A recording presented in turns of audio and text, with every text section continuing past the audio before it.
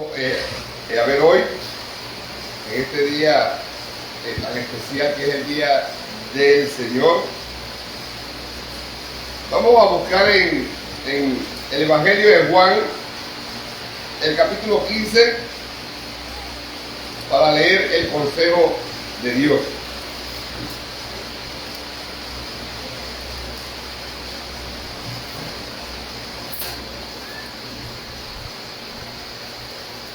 Hoy vamos a tener dos mensajes de esta porción.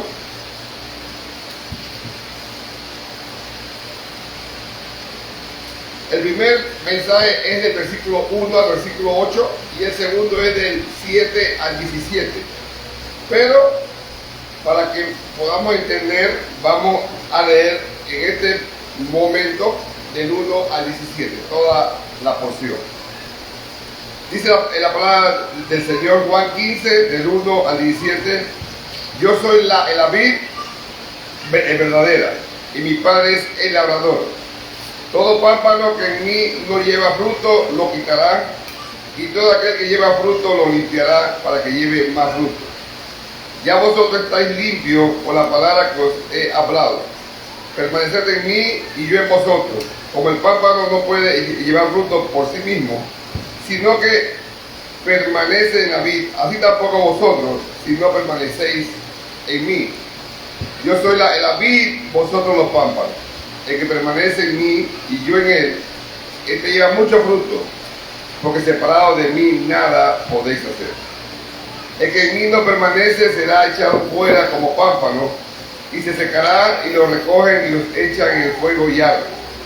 Si permanecéis en mí y mis palabras permanecen en vosotros, pedid todo lo que queráis y os será hecho. En esto es glorificado mi Padre, en que llevéis mucho fruto y seáis así mis discípulos. Como el Padre me ha amado, así también yo os he amado. Permaneced en mi amor.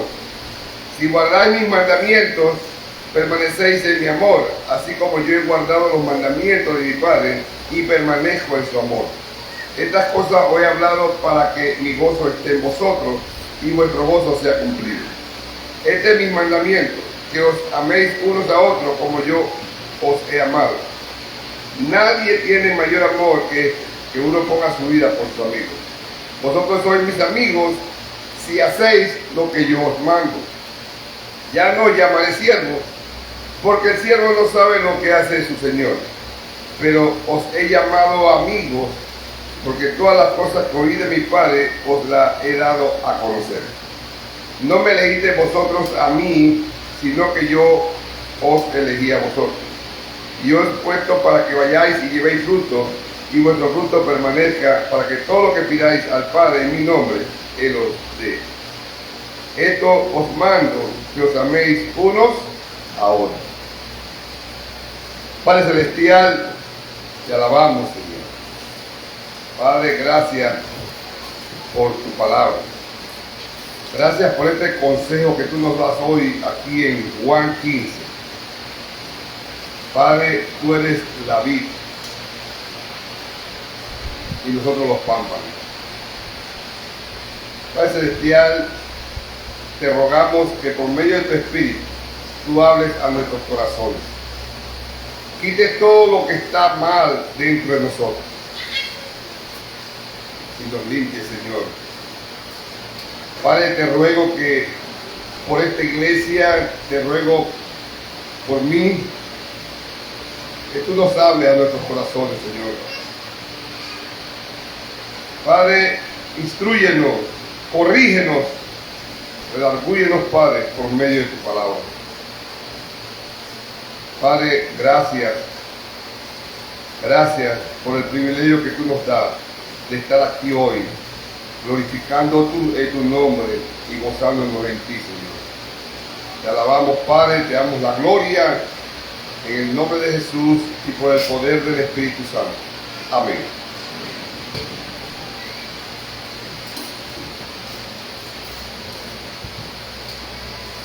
Hoy vamos, como les dije, hermanos, ahora a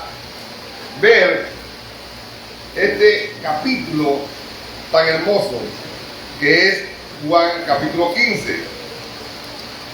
Y de algo que yo estoy absolutamente seguro, hermano, es que lo que estamos aquí hoy, todo lo que estamos aquí, en este el lugar, deseamos dar frutos al Señor, frutos a Dios, como dice Juan 15.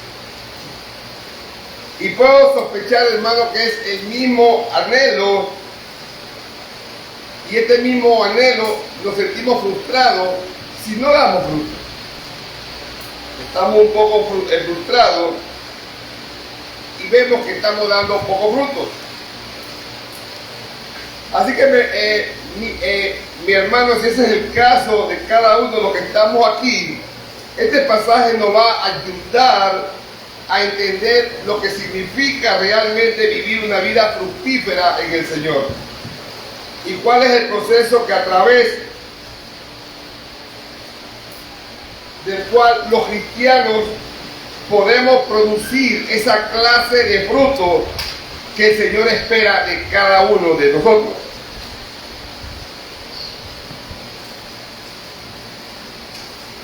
Este es uno de estos pasajes, hermanos, cuando lo leemos, que lo vemos tan sencillo, pero al mismo tiempo es un pasaje muy profundo.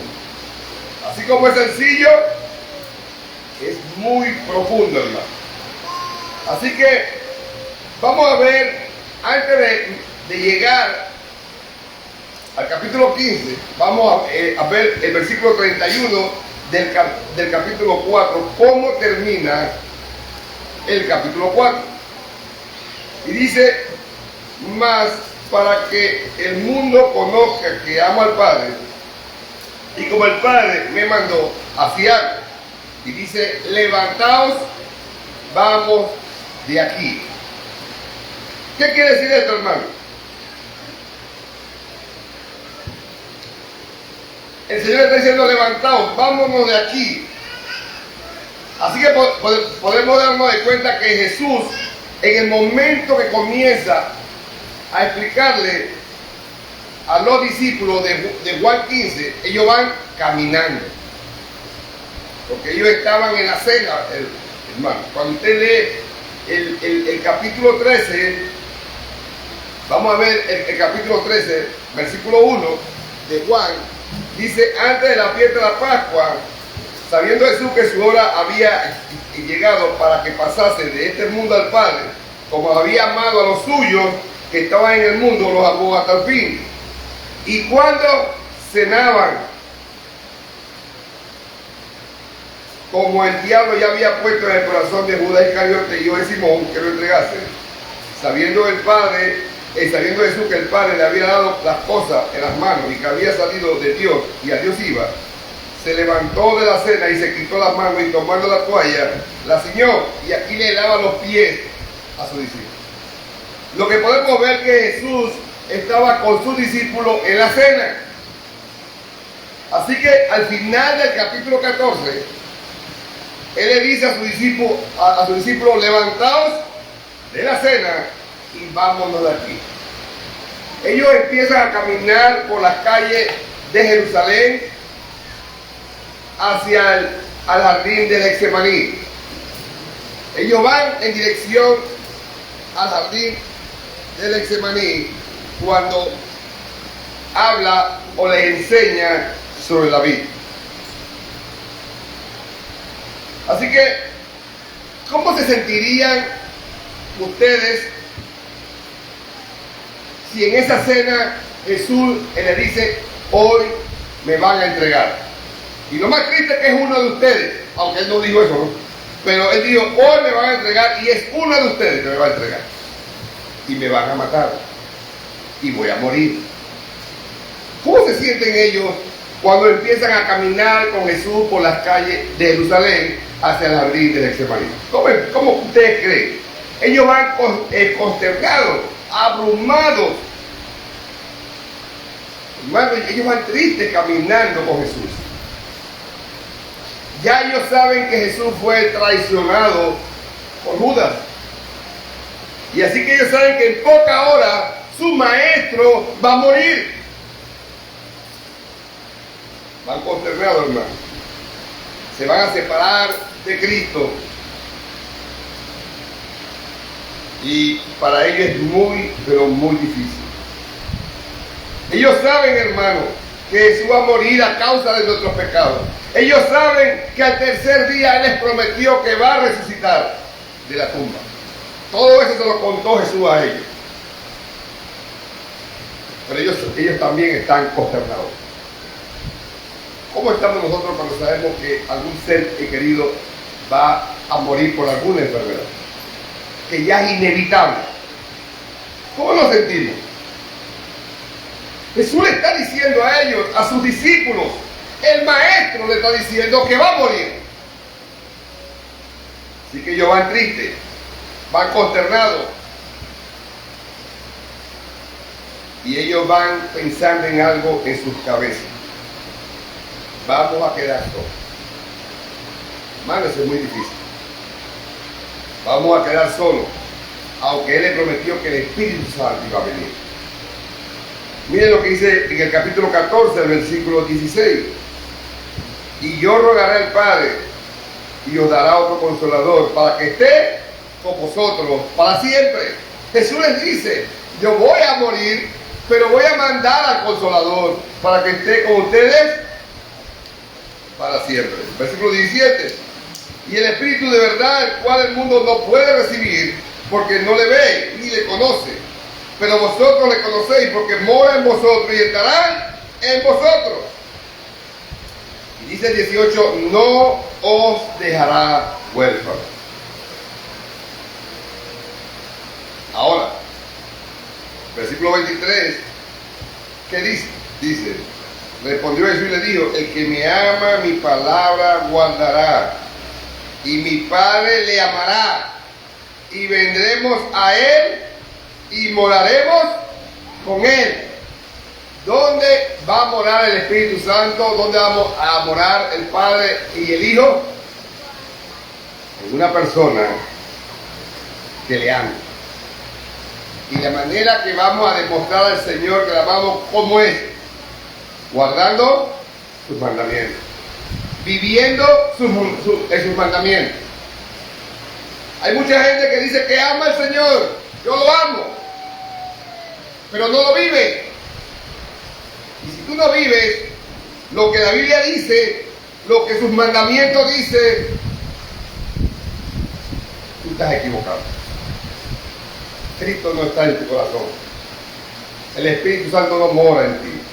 Hace unos meses atrás, una señora que no busca a Dios, no quiere saber nada de Dios, pero en medio de sus problemas se acuerda de Dios y dice, pastor, yo oré a Dios para que me ayudara.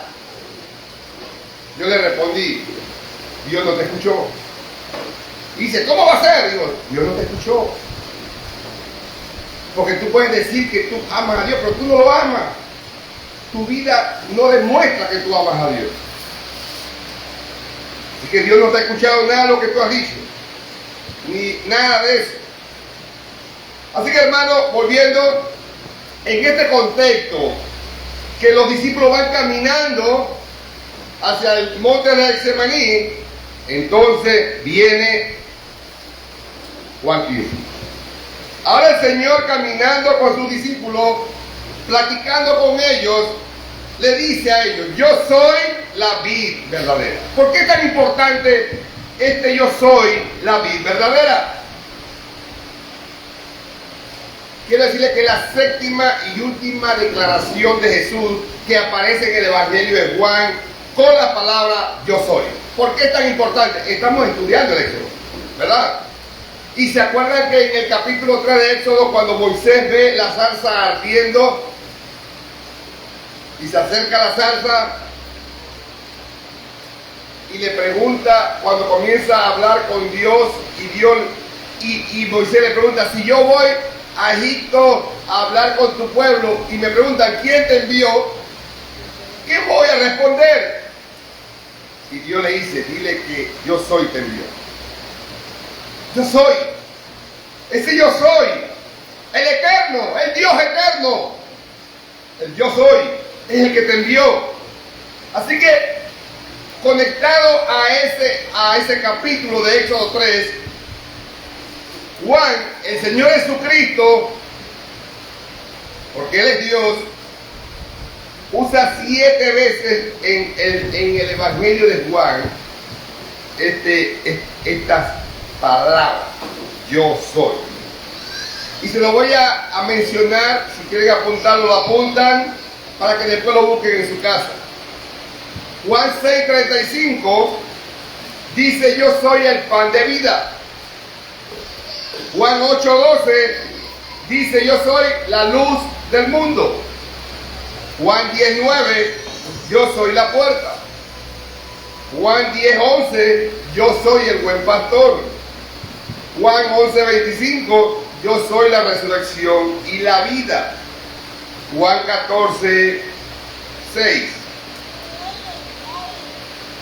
dice, yo soy el camino, la verdad y la vida. Juan 15:1, aquí dice, yo soy la vid verdadera.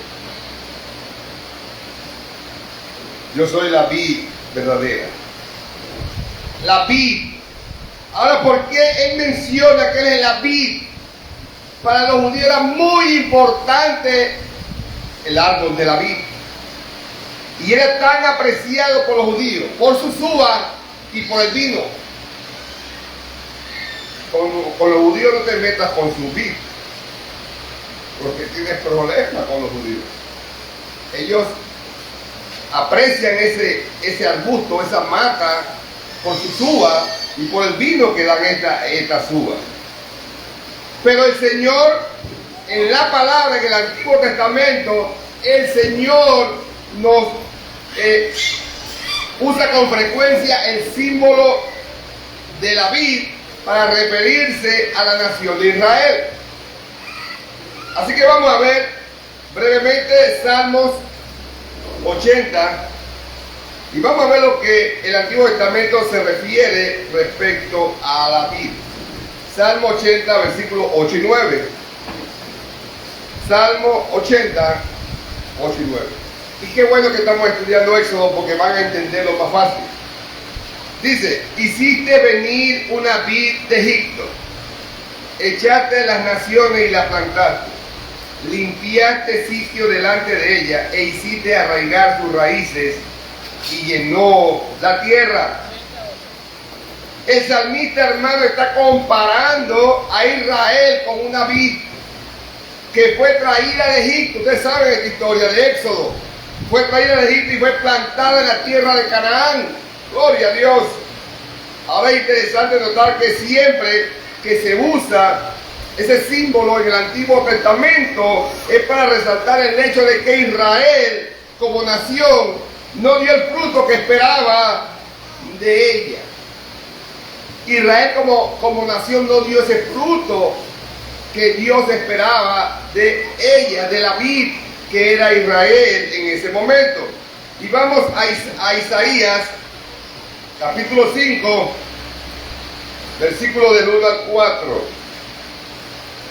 Isaías 5, del 1 al 4, y dice así: ahora cantaré por mi amado el cantar de mi amado a su viña.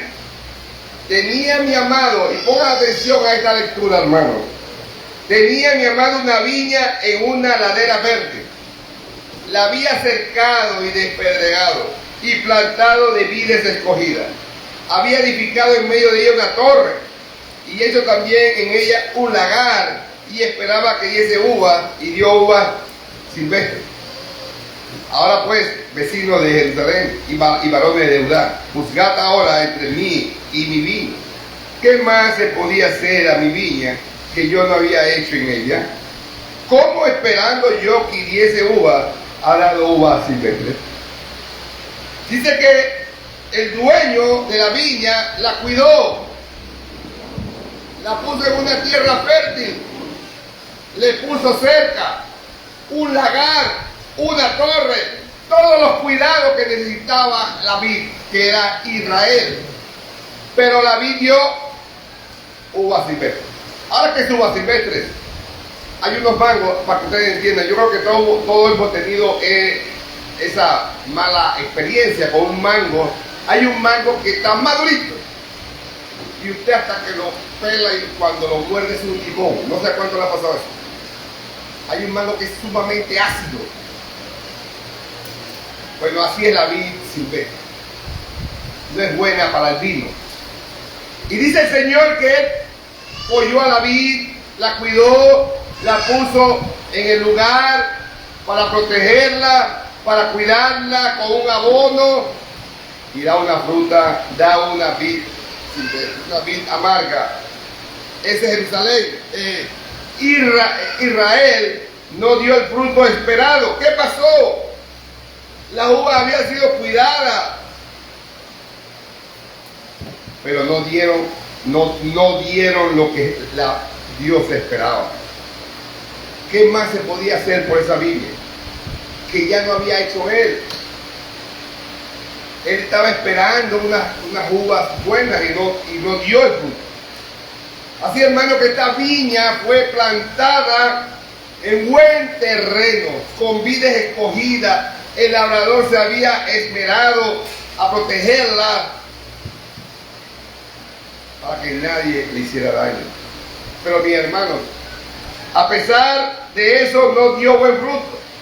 Y vamos a ver qué dice Jeremías 2:21. Jeremías 2:21, miren lo que dice Jeremías respecto a ese mismo tema. Jeremías 2:21 dice: te planté de vid escogida, simiente verdadera toda ella. ¿Cómo pues te me has vuelto sarmiento de vid extraña? Aquí encontramos una amonestación similar de parte de Dios a Israel. Te planté, te escogí y no diste te convertí en un sarmiento de viña extraña. Hermano, Israel se corrompió. Israel no produjo el fruto que se esperaba. Israel no dio el fruto de calidad.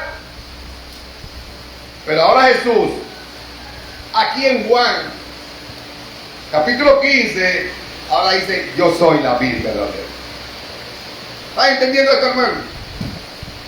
¿Por qué le dice esto? Porque los judíos creían que ellos eran el pueblo de Dios.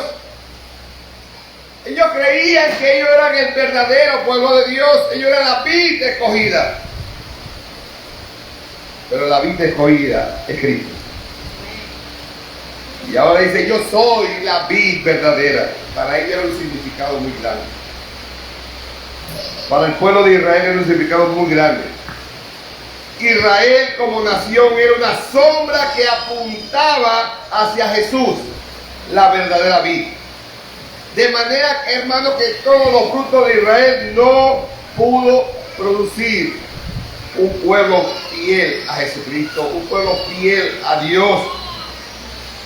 Pero ahora el Señor, siendo la vid, promete que por medio de sus apóstoles va a dar una vid, va a dar buenos frutos. ¿Qué dice Hechos 2:42? Cuando la primera iglesia empieza a funcionar, ¿qué dice? ¿Qué doctrinas ellos enseñaban?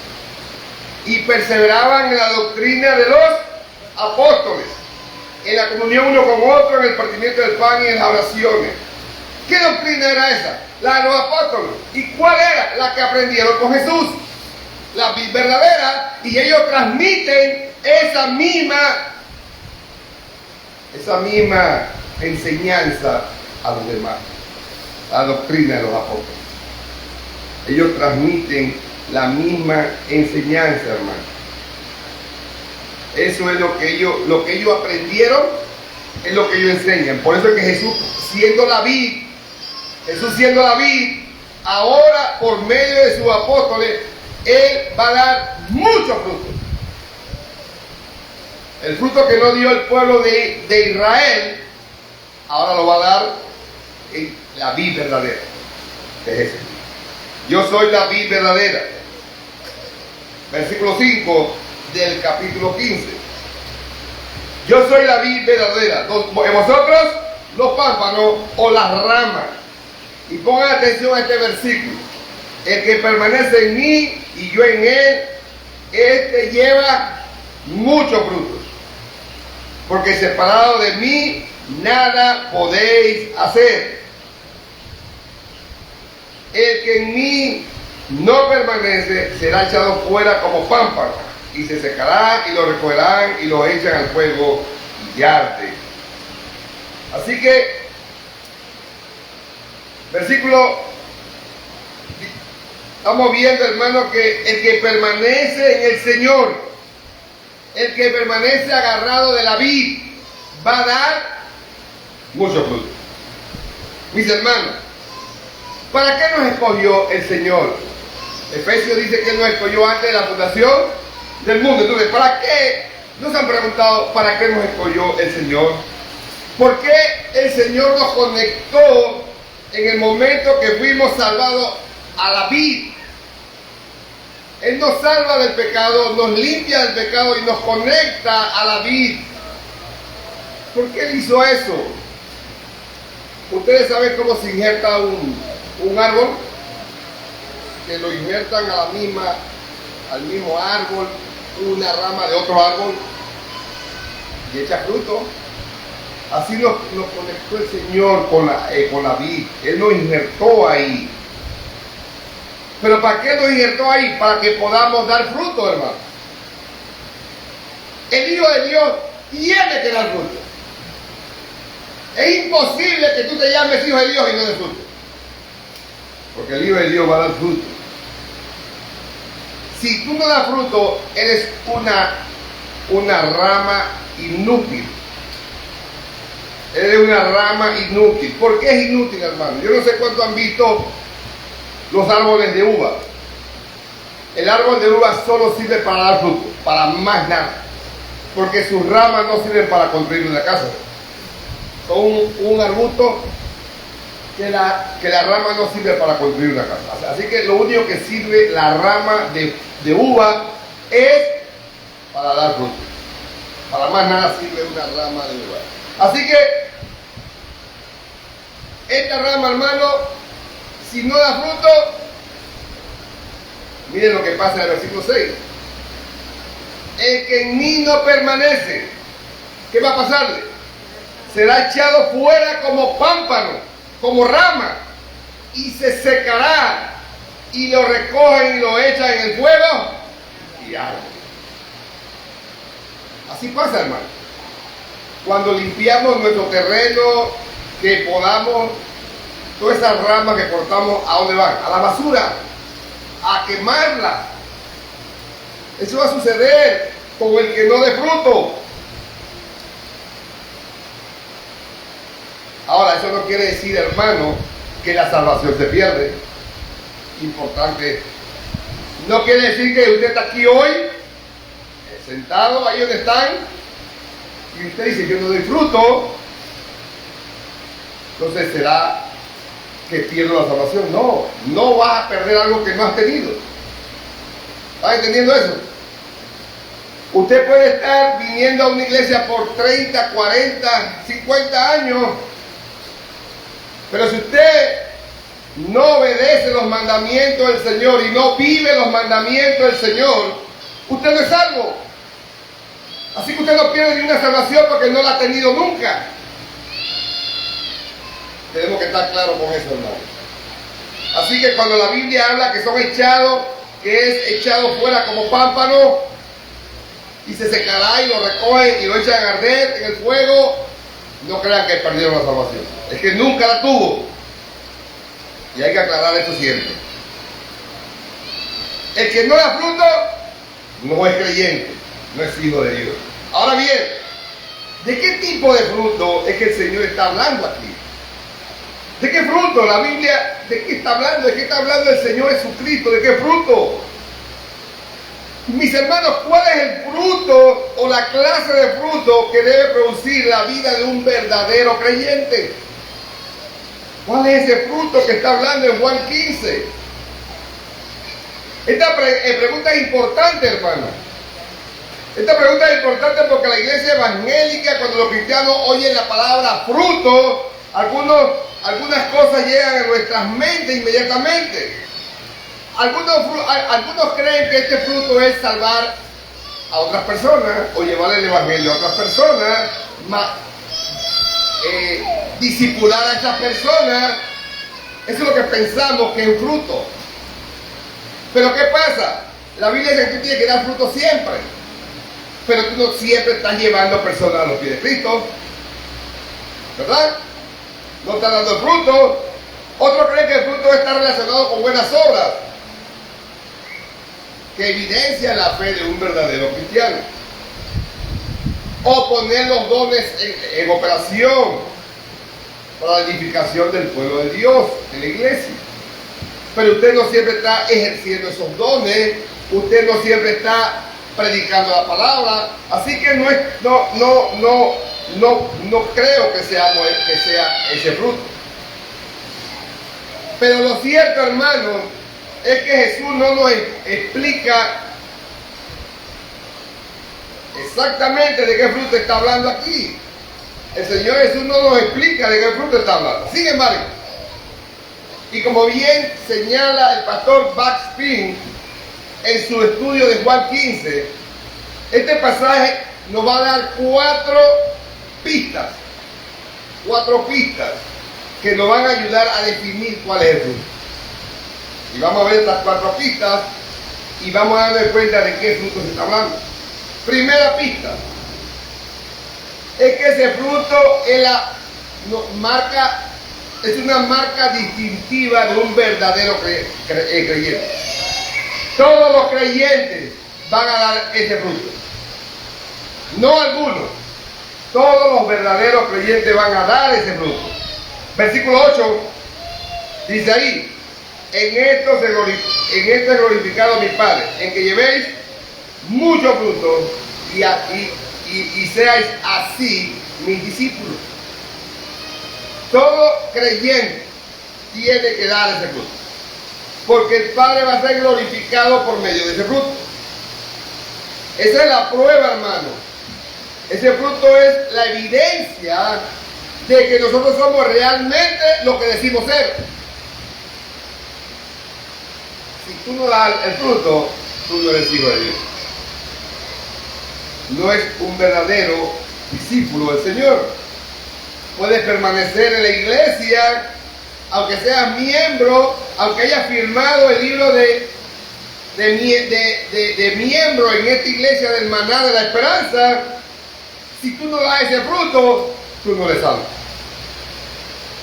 Puedes llenar el libro, puedes asistir a la iglesia, pero si no das el fruto, no eres salvo. Aunque hagamos muchas cosas externas como creyentes. Mis amados, dice la Biblia que debemos dar fruto. Y es la manera como vamos a conocer. ¿Qué dice Mateo 12:33? Mateo 12:33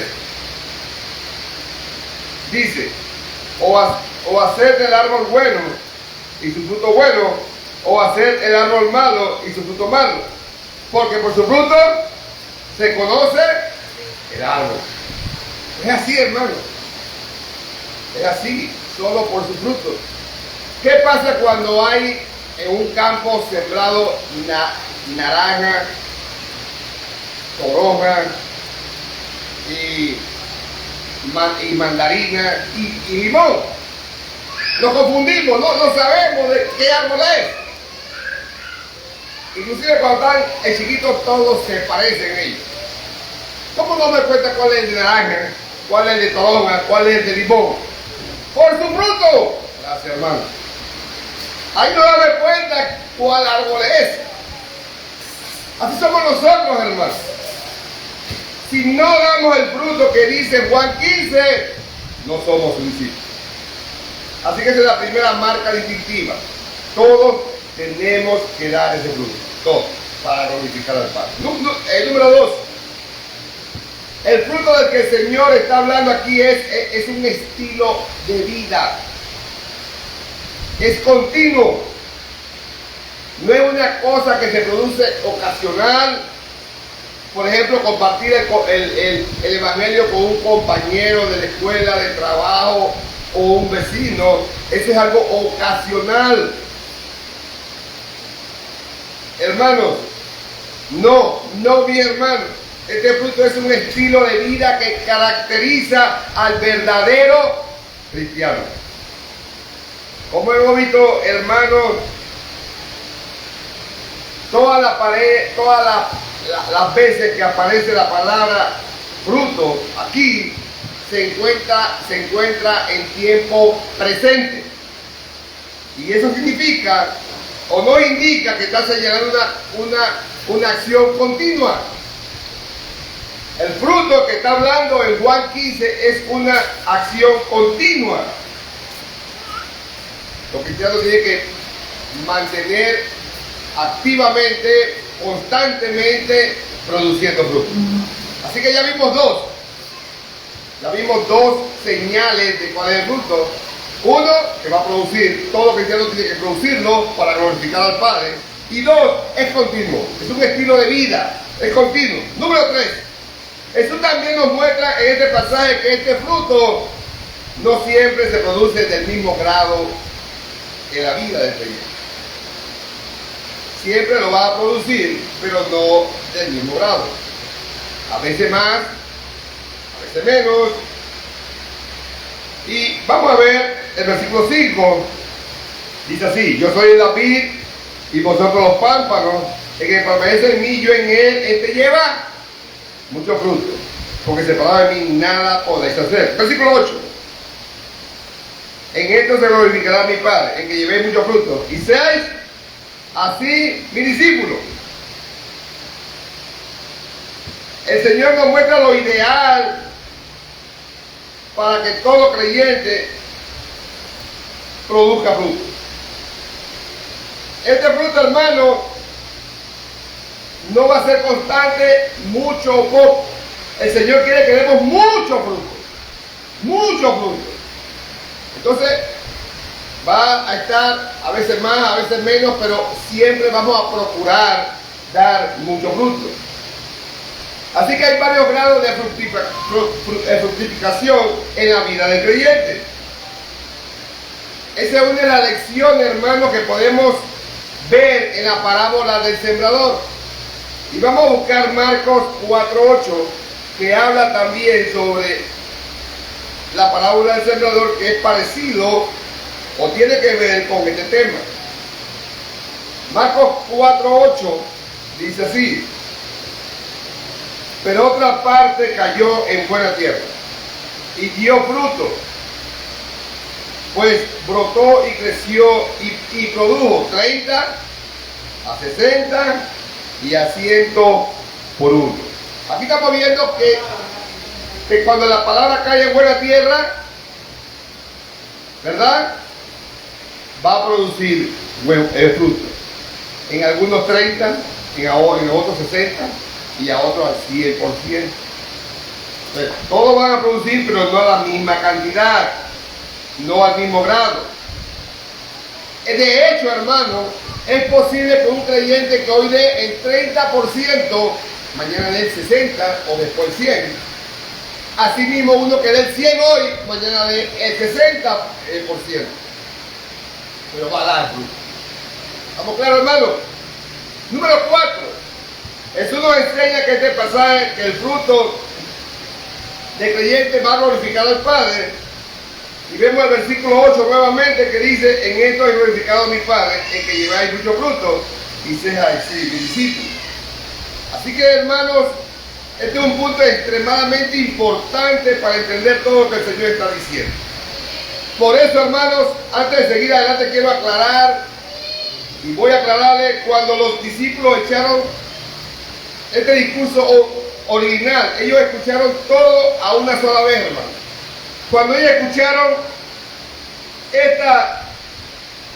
lo que el Señor les enseñaba en Juan 15, ellos lo escucharon todo una vez, no fue por parte. A veces nosotros pensamos que bueno, Juan 15 fue un día, Juan 14 fue otro día. No. Como les dije al principio, ellos venían de la cena y Jesús iba hablándole por el camino. Jesús iba hablando por el camino. En pocas horas, en muy poco tiempo, ellos habían escuchado la parábola Juan 15. Ellos habían escuchado todo eso. Ahora, vamos a ver lo que dice Juan 14, versículo 12 al versículo 14. Dice así, Juan 14, 12 al 14. De cierto os digo, el que en mí cree, las obras que yo hago, él las hará también. Y aún mayores hará, porque yo voy al Padre. Pongan atención a esto. Y todo lo que pidiere al Padre en mi nombre, lo haré, para que el Padre sea glorificado en el Hijo. Si algo pidieres en mi nombre, yo lo haré. Jesús está hablando en el capítulo 15 de un fruto. Ahora en el capítulo 14, acuérdense que eso todo fue ahí en el momento, Él está diciendo a ellos que el que cree en las obras que Él hizo, Él hará también. Hay que conectar esto. Ellos van a hacer lo mismo que Jesús hizo si están conectados a Él. Y estas obras van a glorificar al Padre. Versículo 12. De cierto os digo, el que en mí cree las obras que yo hago, él también las hará. Y aún mayores. Y aún mayores. Y nuevamente, miren lo que dice el versículo 13 y 14. Porque todo lo que pidieres al Padre en mi nombre, lo haré. Para que el Padre sea glorificado en el Hijo. Si alguno pidiere en mi nombre, yo lo haré. ¿Qué está pasando aquí, hermano? ¿Qué estamos viendo? ¿Quién hará?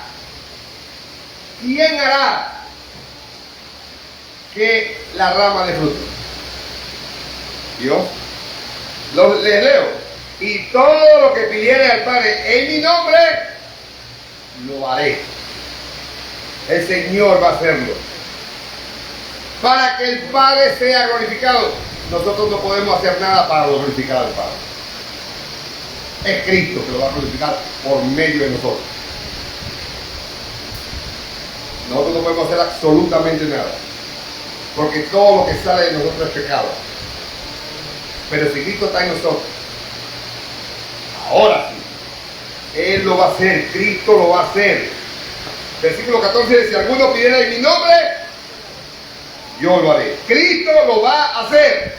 Mis hermanos, no está diciendo aquí que lo que nosotros pidamos al Padre en oración, Él nos va a dar la fuerza para hacerlo. Para que entonces el Padre fuera glorificado a través de nuestras obras. No, hermano. Nosotros no podemos glorificar al Padre con nada de nosotros, de mi yo, absolutamente.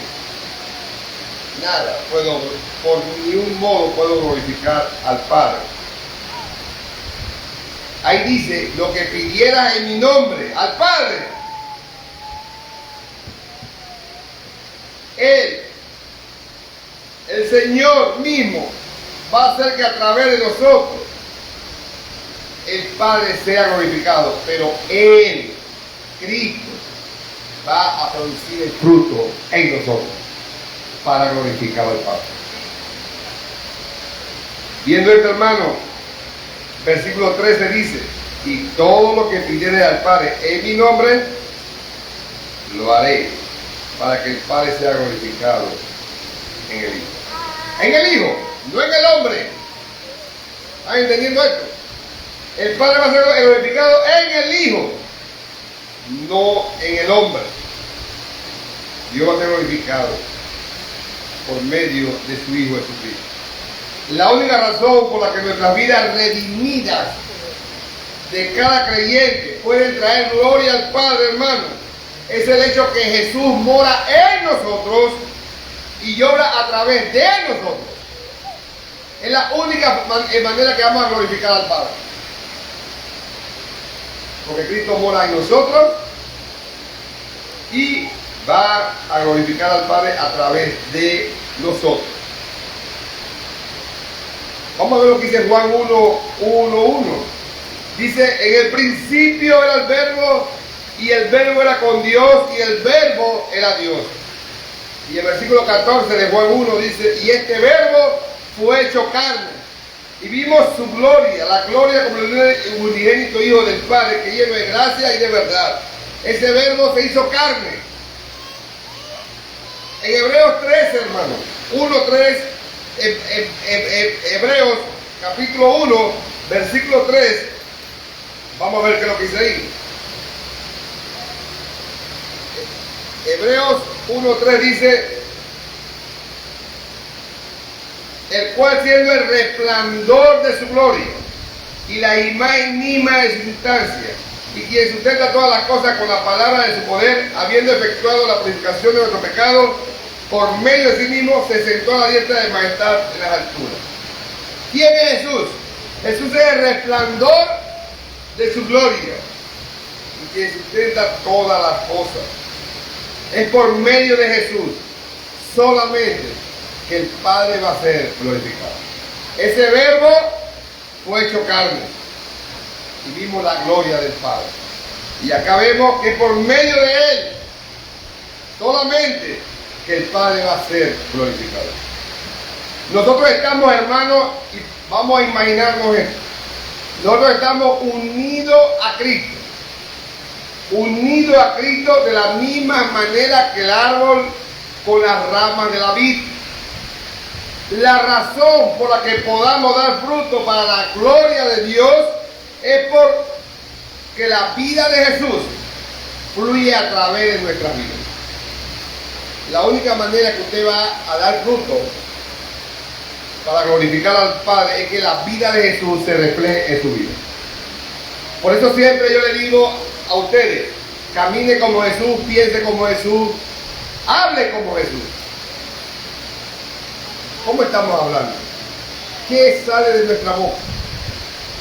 ¿Qué sale de nuestro corazón, de nuestros pensamientos? ¿Qué sale, hermano? Ustedes pueden examinarse, como Pablo dice en 2 Corintios 13:5, examinaos a vosotros mismos.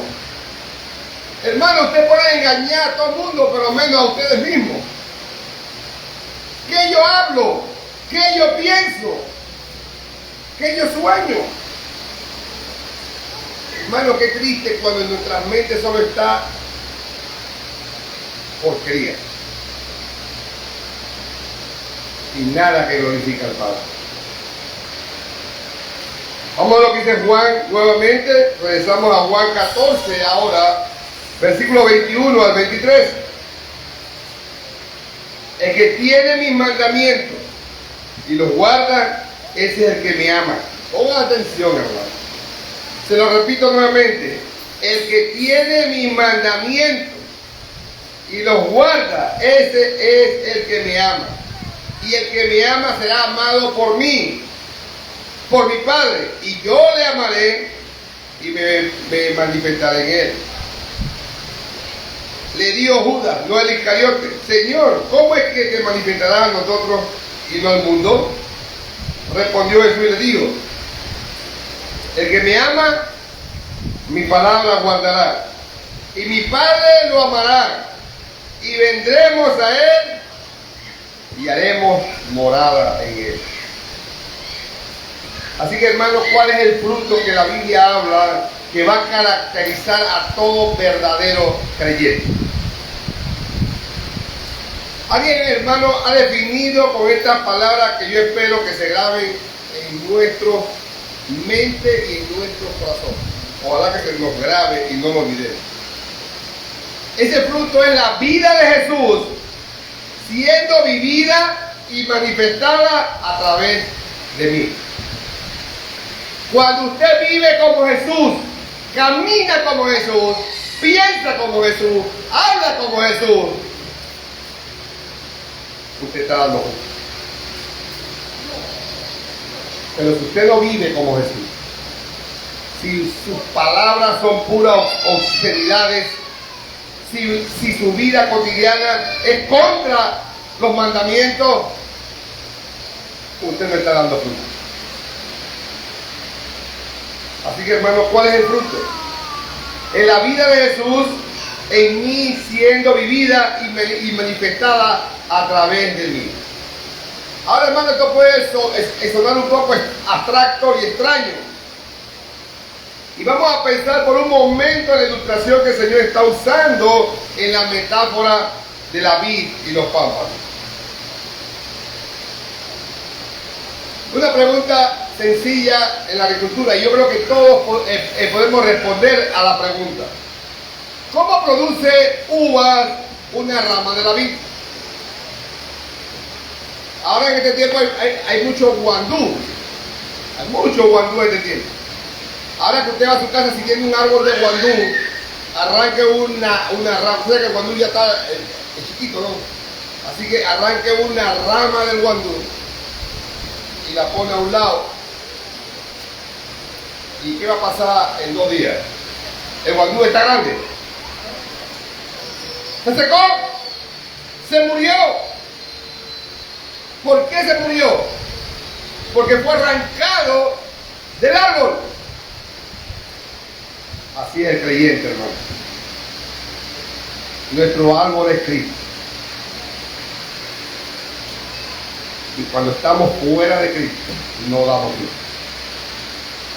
Nos secamos. Es lo mismo que está diciendo la palabra. Así que, ¿qué ocurre? No va a dar fruto de ninguna manera. Fuera de Cristo tú no vas a dar fruto porque no estás agarrado a la vid.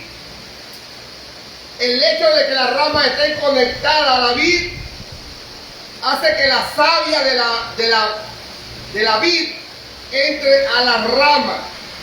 Es la única manera que esa rama dé fruto, porque la savia de la vid está alimentando esa rama. Esa savia que fluye del tronco llega a la rama y las ramas fructifican uvas, porque es un árbol de vid. Así que, mi hermano, las ramas no pueden producir por sí solas ni un solo fruto, más que lo que miente, más que hermano, una rama que tú la sacas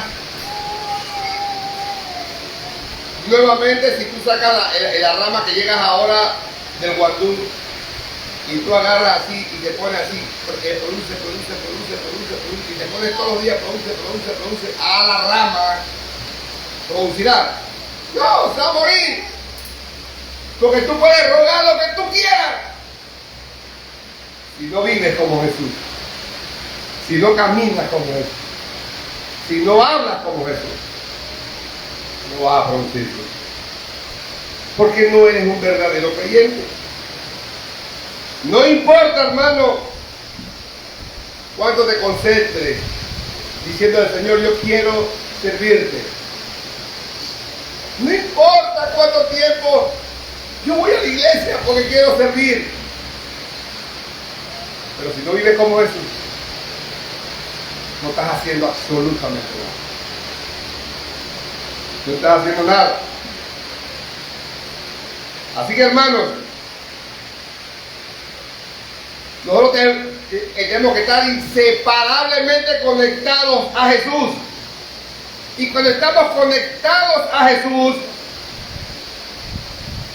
vamos a producir a Jesús.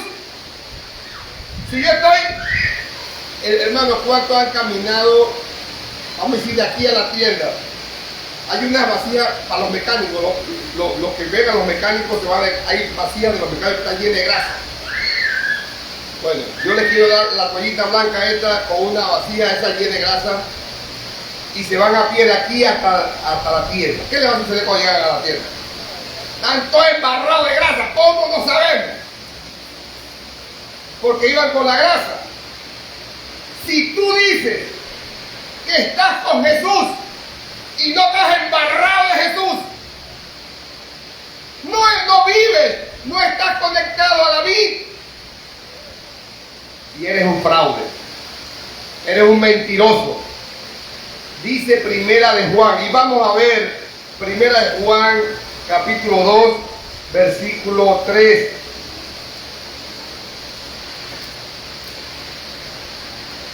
Primera de Juan 2:3. Y en esto sabemos nosotros que le conocemos, si guardamos sus mandamientos. El que dice, muchos pueden decirlo, inclusive muchos que están aquí sentados hoy pueden decirlo, yo le conozco, y no guarda sus mandamientos, el tal es mentiroso y la verdad no está en él. Pero el que guarda sus mandamientos, en este verdaderamente el amor de Dios ha manifestado. Por esto sabemos que estamos en él. ¿Y qué dice el 6? El que dice que permanece en él debe andar como él anduvo. Y la única manera de andar como él anduvo es porque estás agarrado a la vid. Estás agarrado a la vid y tú eres alimentado con la savia de la vid. Y tu fruto va a ser Cristo. Tu fruto va a ser la vida de Jesús. Tu fruto va a ser el carácter de Jesús. Gálatas 2:20 dice, con Cristo estoy juntamente crucificado. Y ya no vivo yo, mas Cristo vive en mí. Y lo que ahora vivo en la carne, lo vivo en la fe del Hijo de Dios, el cual me amó y se entregó a sí mismo por mí. Es la vida de Jesús produciéndose en mí. Porque Cristo es la vid y yo simplemente soy una rama. Queridos hermanos, la vida cristiana práctica no consiste en hacer un esfuerzo tremendo para que nuestra vida sea transformada. Tú lo vas a lograr. Nosotros tenemos una responsabilidad en esta transformación. No, nosotros no podemos transformarnos nosotros mismos, hermano. Es imposible, no podemos. Y lo veremos en un momento. Ningún ser humano tiene el potencial de transformarse a sí mismo. Esta transformación se produce en el creyente por causa de la vid de Jesús actuando en nosotros. Él es quien nos transforma de adentro hacia afuera, para que seamos más y más parecidos a Él. Ese es el fruto, hermano. Romanos 8:28, hermano. Romanos 8:28 dice, el versículo más mal interpretado de toda la historia. Y sabemos que los que aman a Dios, todas las cosas le ayudan a bien. A los que conforman a su propósito son llamados. Yo creo que lo entienden más ahora. ¿Cuál es ese propósito de Dios a llamarnos a la salvación? Versículo 29, ahí mismo, hermano, en Romanos 8. ¿Cuál es el propósito? Versículo 9 dice, mas vosotros no vivís según la carne, sino según el Espíritu. Si es que el Espíritu de Dios mora en vosotros. Y si alguno no tiene el Espíritu de Cristo, no es de Él. Así que, ¿cuál es el propósito? Vamos a 2 de Corintios 3:18. 2 de Corintios 3:18 dice, por tanto, nosotros todos mirando a cara descubierta como en un espejo la gloria del Señor, somos transformados de gloria en gloria en la misma imagen como por el Espíritu del Señor. ¿Cuál es el propósito? Ser transformado a Cristo. Que Cristo se manifieste en nuestras vidas. Hermano, Dios me salvó para que gradualmente yo sea menos yo y más Cristo. El fin de cada uno de nosotros es menos yo y más Cristo. Ese es el fruto que habla Gálatas 5:22. Gálatas 5:22 dice que el fruto del Espíritu es amor, gozo, paz, paciencia, benignidad, bondad, fe, mansedumbre, templanza o dominio propio. Noten aquí que Pablo no está diciendo los frutos, sino el fruto, porque solo es uno. Así que usted no puede decir, no, lo que pasa es que yo no puedo manejar bien el gozo, o yo no puedo manejar bien la paz, no, lo demás yo lo manejo bien, pero la paz es muy difícil, o yo no tengo dominio propio, yo me arrebato a cada rato, pero yo tengo amor y tengo paz. Esa es mentira.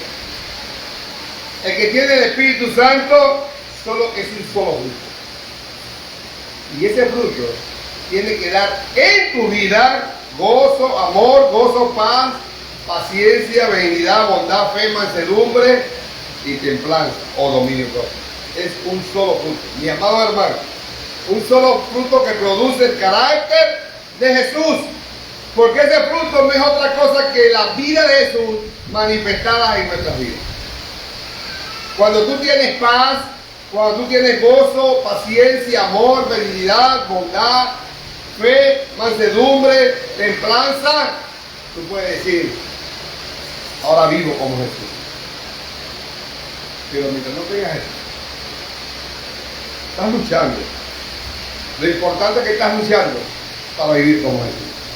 Por eso es que el fruto no se va a dar al 100%, al 30, al 60, al 100, ojalá todos aquí tuvieran el 100. Ahora bien, ¿cuál entonces es nuestra responsabilidad? Ya vimos que es Cristo que va a trabajar por medio de nosotros. Ahora, ¿cuál es nuestra responsabilidad como creyentes? Mis hermanos, tú y yo creo que todos deseamos tener esa vida de producir fruto. Todos deseamos tener una cosecha grande de ese fruto. Yo lo deseo. Y yo creo que todos lo deseamos aquí. Tener ese fruto. Escucha con cuidado lo que voy a decirte a continuación. La palabra aquí en Juan 15, la palabra fruto aparece 6 veces en los versículos hasta el versículo 8 del capítulo 15 y aparece 2 veces en el versículo 16. 8 veces en total, son 8 veces que aparece la palabra fruto aquí. Y lo interesante de esto, hermano, que estas 8 veces ninguna ocasión aparece de un modo imperativo, como de una orden. No, hermano, no aparece como una orden. Lo que quiero decir, amado hermano, es que no hay un solo mandamiento, no hay un solo mandamiento en todo el pasaje, hermano, dirigido al creyente para que produzca fruto. Y usted puede leerlo. Aquí no dice que es obligación, no. Aquí no hay. Jesús no llamó a los discípulos esa noche a decirles, vengan acá y déjenme decirles algo. Yo estoy a punto de separarme de ustedes. Así que recuerden, ustedes tienen que hacer todo el esfuerzo que esté a su alcance para producir fruto. Jesús no le dijo eso. Jesús en ningún momento dijo eso. No fue así. ¿Cuál es el único mandamiento que el Señor le da a ellos para que produzcan fruto? Y vamos a verlo. Versículos 4 y 5 del capítulo 15. ¿Qué dice ahí? Permanecer en mí y yo en vosotros. Como el pámpano no puede llevar fruto por sí mismo si no permanece en la vid, así tampoco vosotros si no permanecéis en mí. Yo soy la vid, vosotros los pámpanos. Y dice ahora, el que permanece en mí y yo en él, ese lleva mucho fruto, porque separado de mí nada podéis hacer. ¿Qué está diciendo? ¿Cuál es nuestro mandato aquí? Permanecer en él, permanecer en Cristo. Ese es lo único que Él nos manda. Él no nos manda a producir fruto, nos manda a permanecer en Cristo.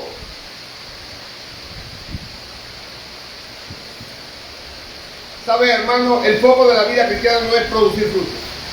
El foco de la vida cristiana es permanecer en Cristo. Estar en Cristo. Como dice Gálatas, vivir en el Espíritu. Caminar en el Espíritu.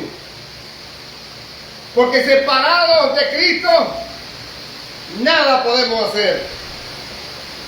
John Piper dice que una de las maneras más, o traduciendo estos versículos, dice John Piper, que es la oración. Tenemos que orar, hermano. Yo leí en estos días un libro, un pequeño libro de Miguel Núñez. ¿Cómo estamos orando nosotros? ¿Estamos orando de corazón? ¿O estamos orando por el momento? Muchas personas cuando están orando, ¿qué les pasa en medio de la oración? Y ahora vamos a tener unos tiempos de oración. Dice Miguel Núñez que nosotros tenemos que estar en el Espíritu, orando.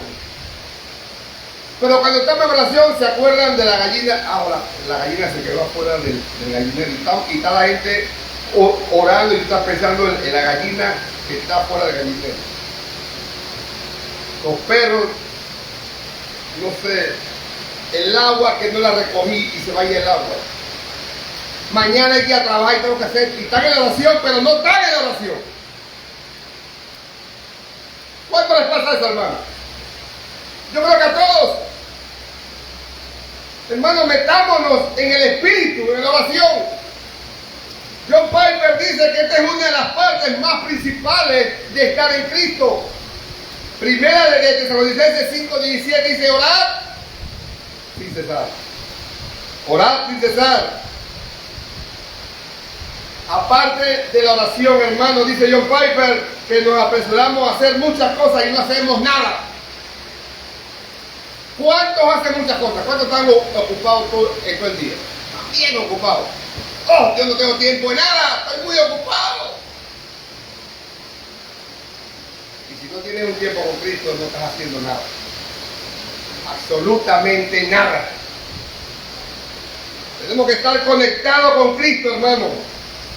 Porque separado de Cristo, nada podemos. Pablo dijo que todo lo que él estimaba en este mundo, todo lo que estimaba por Cristo, lo dejó como basura. A veces nos enredamos en tantas cosas y al final no hacemos nada. Mil y una cosas que no tenemos tiempo para la comunión con Jesús. Así que, hermano, es una terrible realidad que los cristianos podemos estar ocupados haciendo mil cosas, excepto lo más importante, permanecer en Jesús. ¿Cuántos oraron hoy a las 6 de la mañana con su familia? No me respondan, pero yo espero que todos. A las 6 de la mañana, reunidos como familia, orando. Se le pidió eso a la iglesia hoy. Que todos a las 6 estuvieran en oración. Ojalá que lo hayas hecho. Hombre, varón, tú eres el sacerdote de tu hogar. Y tú tienes que guiar a tu familia a la oración, a permanecer en Jesús. Y si no hay un hombre, hay una mujer que puede guiar a su familia a la oración si el hombre no toma la rienda que debe de tomar. Permanecer en Jesús. Ahora, ¿qué significa en la práctica permanecer en Jesús? Ahora va a venir el pastor aquí y nos va a hablar más extensamente acerca de Jesús. Así que, hermanos, quiero decirles que tengo mucho todavía que enseñar, pero el tiempo es muy poco. Pero mi consejo, hermano, es que permanezcamos en Jesús. Como familia, como individuo, como iglesia. Hoy estamos en un ayuno congregacional. Y es importante que como iglesia estemos conectados a Jesús. Y no hoy nada más, todos los días. Estemos conectados a Jesús. Así que, hermanos, mantengamos la comunión con Él y dependencia de Él cada día. Cada día debemos estar dependiendo totalmente de Jesucristo. Hermano, es absolutamente imposible ver formado en nosotros el carácter de Cristo separado de Cristo. Es totalmente imposible. Usted no va a tener el fruto del Espíritu separado de Cristo. No olviden Gálatas 2, Gálatas 5, donde habla del carácter de Jesús, del fruto de Jesús. Nosotros sin Cristo no vamos a poder ser más amorosos, no vamos a experimentar paz. ¿Cuántos de nosotros no experimentamos paz? No me respondan, pero ¿cuántos viven en no tienen paz en su vida? Y no hay paz en su vida. ¿Por qué? Porque no están experimentando estar agarrados a la vida. Sin Cristo no podemos ser pacientes. Sin Cristo no podemos ser benignos. Sin Cristo no podemos ser bondadosos. Sin Cristo, hermano, no podemos tener fe. Sin Cristo no podemos tener mansedumbre. Sin Cristo no podemos tener dominio propio. No se puede, porque es la vida de Jesús en nosotros. Y la única manera de llegar a tener esa vida de Jesús es conectado a la vida. Podemos hacer muchas cosas externas, hermano. Muchas podemos hacerlas sin depender de Jesús. Podemos venir a esta iglesia, al Maná de la Esperanza, sin depender de Jesús. Podemos levantar y cantar los signos sin depender de Jesús. Podemos sentarnos, ahora mismo están sentados, hermano, sin depender de Jesús. Pueden escuchar el sermón que estamos dando sin depender de Jesús. Inclusive los pastores podemos predicar el sermón sin depender de Jesús. Pero la Biblia dice en Juan 15 que a través del Hijo el Padre va a ser glorificado. Pero cuando el Hijo no está, el Padre no puede ser glorificado. Así que, hermanos, nosotros somos una sencilla rama. Somos veas ramas que no podemos producir fruto por nosotros mismos. Es imposible que una rama produzca fruto por el sol. Tenemos que permanecer en Jesús. Permaneciendo vamos a dar fruto. Pero separado de Él, dice que nada podemos hacer. Así que, hermanos, ahora dentro de un rato que el pastor aquí viene, él nos va a mostrar bíblicamente qué es permanecer en Jesucristo. Pongámonos en pie. Padre Celestial, te alabamos, Señor. Padre, te ruego por esta iglesia del Maná de la Esperanza. Padre, te pido, te rogamos permanecer en ti, Señor, para poder dar fruto, para poder producir a Cristo, para poder vivir a Cristo, que nuestra vida se refleje a Cristo. Padre amado, gracias por tu palabra, Señor. Padre, te damos la gloria y la honra que solo tú te mereces. Te alabo, Padre, te damos la gloria en el nombre de Jesús. Amén.